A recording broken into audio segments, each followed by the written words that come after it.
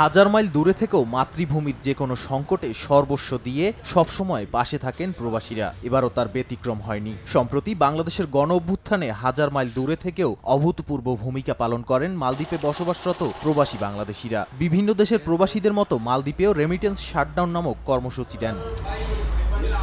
তবে ৫ আগস্ট সরকার পতনের পর শিক্ষার্থীদের আহ্বানে সাড়া দিয়ে ফের বৈধ পথে রেমিটেন্স পাঠানো শুরু করেছেন প্রবাসী বাংলাদেশিরা। তারা জানান, ছাত্র জনতার আন্দোলনে দেশে যা ক্ষয়ক্ষতি হয়েছে রেমিটেন্স পাঠিয়ে তা ফিরিয়ে আনবেন। আমরা যতটা প্রবাসী আছি এখান থেকে বৈধ পথে রেমিটেন্স প্রেরণ করে একটা সমৃদ্ধ শক্তিশালী দেশ গড়ার সেই প্রত্যাশা আমি রাখি। অন্তর্বর্তীকালীন সরকারকে সহযোগিতা করার জন্য এই আমাদের ভেঙে যাওয়া দুঃখী মাকে আবার করে স্বনির্ভর করার জন্য আমরা যত পারি সবাই মিলে আমাদের কষ্টার্জিত রেমিটেন্স বাংলাদেশকে পাঠাবো।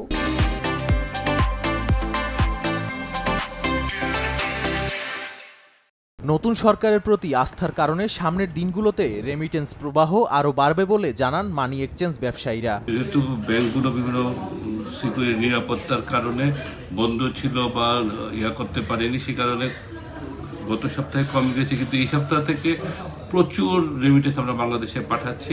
নতুন সরকারকে সহযোগিতার জন্য প্রবাসী ভাইয়েরা দিনের দিন আরও উন্নতি করবে এই আশায় আমি ব্যক্ত করি। যেহেতু আমি ওয়েস্টার্ন ইউনিয়ন চাকরি করি, বেলাটা হয়েছে, আমি দেখতেছি অনেক দিন ধরে আগের চাইতে বিপুল বাড়তি আমাদের কাস্টমার।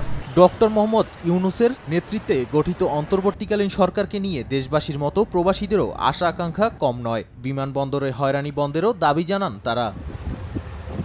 সময় সংবাদ, মালদ্বীপ।